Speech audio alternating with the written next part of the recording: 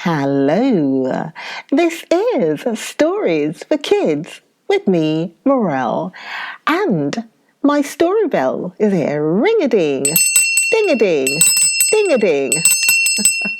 Okay, I have my story bell. I hope that you are fine. I hope that you are sitting comfortably. Are you by yourself, or do you have a big brother, big sister, or maybe you have mum and dad with you, or maybe it's mum and dad who's listening to the story. Well, I have my birdie with me, so birdie, say hello. Hello. How are you today? Oh, that's very good. All right, so birdie's in place and school bell, or my story bell, has been rung. So what is the story, Morel? Answer to the question. The story is Harry's Reward. Harry's Reward. Let's go. Here goes. I hate the sea. I hate bathing. And I don't want to learn to swim. What's the use of learning to swim? I'm not going to be a sailor. I don't like ships. And I don't want ever to go in one. And I just wish, I do wish Papa hasn't come here. Harry, how can you? Said his sister Dora. Papa, who is so kind, and when we have all been looking forward so to his coming? I know. That's the worst of it, said Harry. I've been looking forward as much as anyone, and now it's all spoilt by saying I must learn to swim. I only wish I could learn, sighed Dora. She was 2 years older than Harry, but she had lately had a bad fever. The family had come to the seaside to give her a change of air, but not for some weeks yet, if at all this summer, was poor Dora to be allowed to bathe.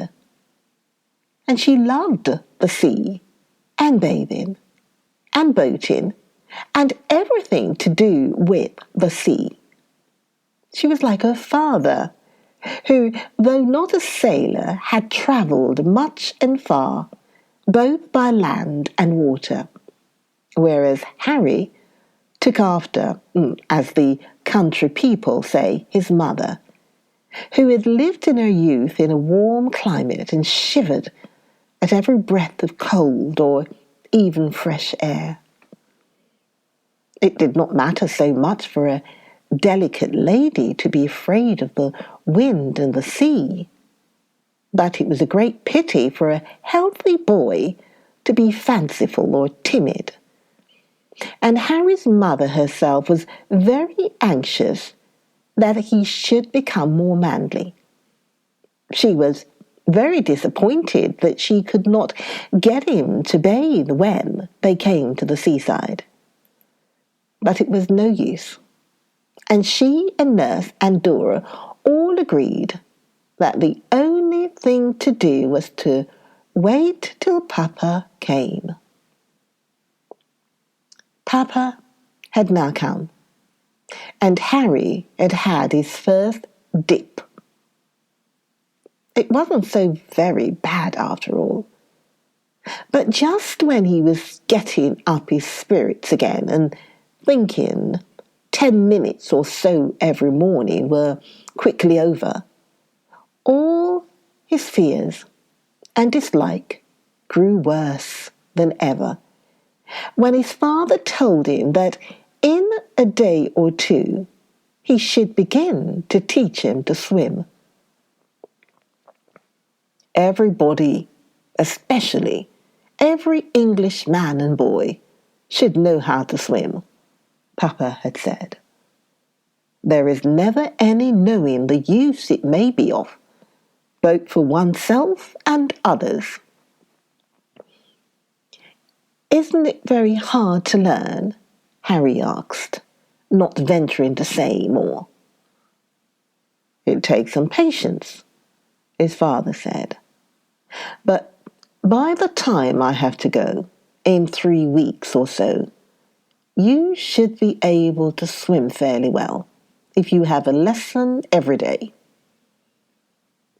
And Harry came home to tell Dora his troubles, which he worked himself up to think were very great ones indeed.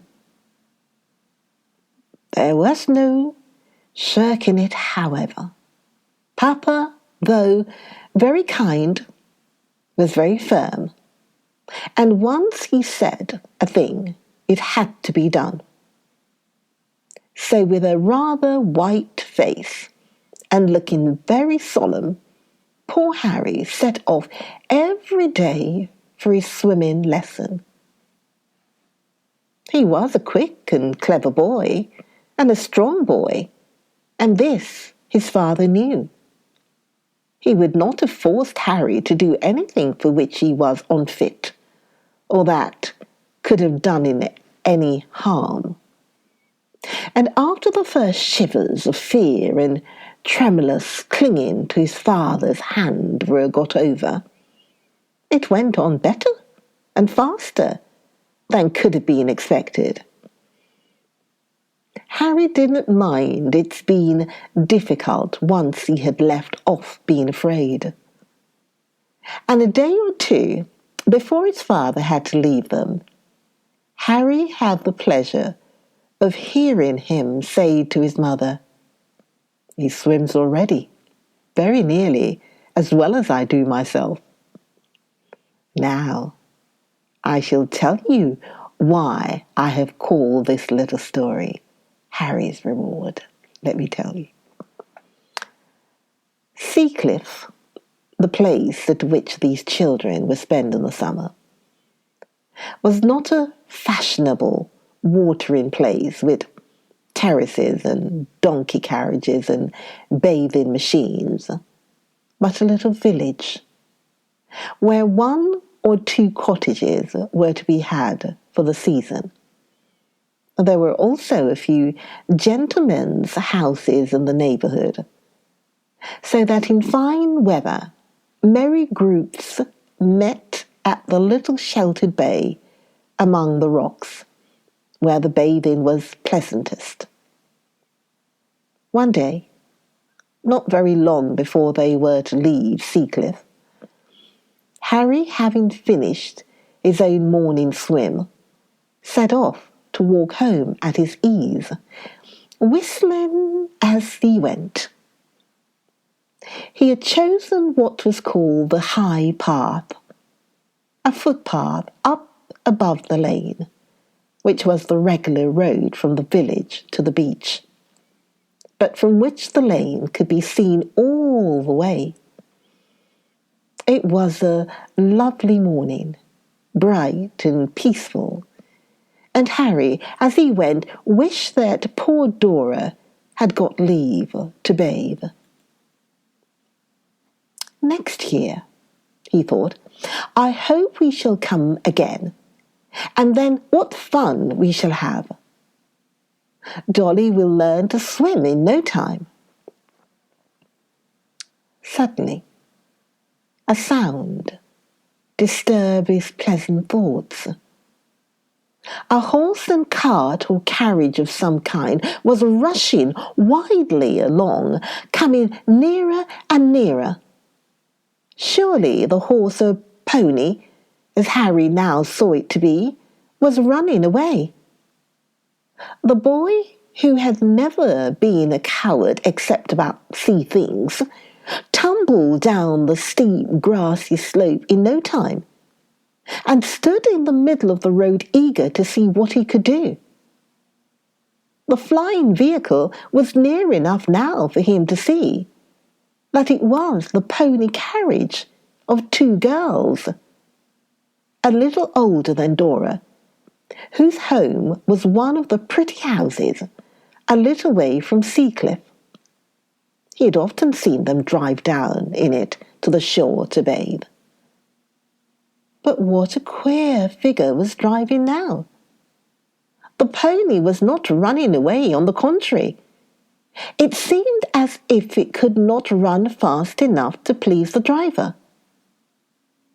A girl with hair streaming, dressed only in a blue flannel bathing gown, streaming too, who stood upright in the carriage, lashing the poor pony as if she were mad, while from time to time she screamed in a shrill and yet choking voice, "Help! Help! For God's sake, help!"